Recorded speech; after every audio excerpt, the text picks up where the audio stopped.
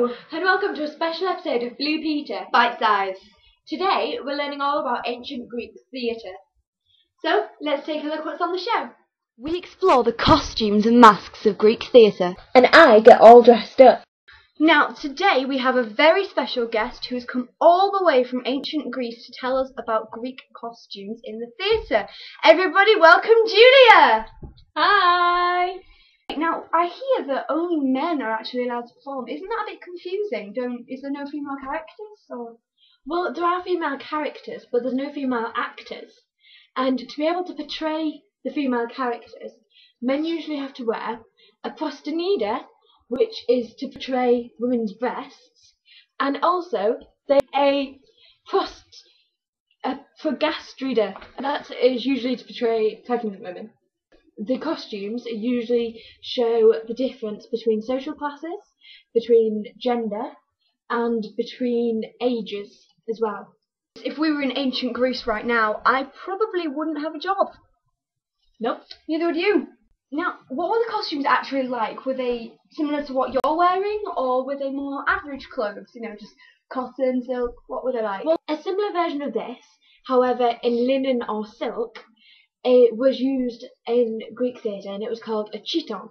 So they also sometimes wore what was called a himation, which was an exterior cloth, which was usually worn over the shoulders, and it was made of wool. However, before the actual costumes came about, like this, they actually used body paint onto animal skins, animal ears, and even feathers. And then the real costumes came about. Did they wear shoes, or were they just barefoot like you are today? Well, to begin with, they used to be barefooted when they used things like body paint and animal skins. So you're a mixture of the two then? You could say. But then, when the costumes came about, they started to wear like lace-up shoes or loosely fitted shoes. Usually, the costumes would be decorated, but it would be decorated according to the occasion, and it would be a lot more elaborate than what is seen in normal day life. So, would it be kind of exaggerated then, all the costumes? Yeah. So everybody could see them, a bit like it is in theatre now? Yeah, exactly how it is in theatre now. So having, instead of like just a plain yellow top or something, you might wear like a neon yellow top. Probably not neon, because that's a bit bright. But we get the picture. Yeah. Okay, now that's enough from Julia, so I will say goodbye. Bye. Goodbye. Okay, and we'll talk to somebody else later. I'll talk to you later. Now, if you want to wear a costume just like Julia was wearing, you could always borrow your mum's sheet off her bed and pin it up. Never know, it might look like the real thing.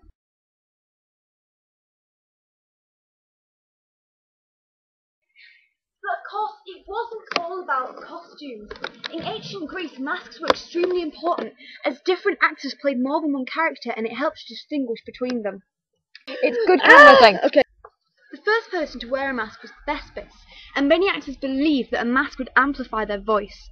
The chorus always wear masks, but they were always different to the leading actors.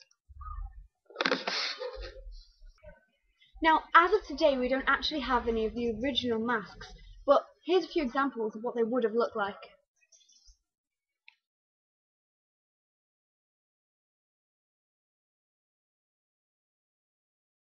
So, Gemma, do you want to tell us all about how we know about ancient Greek theatre? Well, obviously, because it was such a long time ago, we can't actually be sure about the details. However, we have got pots. And on the side of these pots, this is one that I made by myself, as you can probably tell by the outstanding quality. Now, on You the can outside make one of these at home using all you just need is a clay bit from of the clay shop. and water.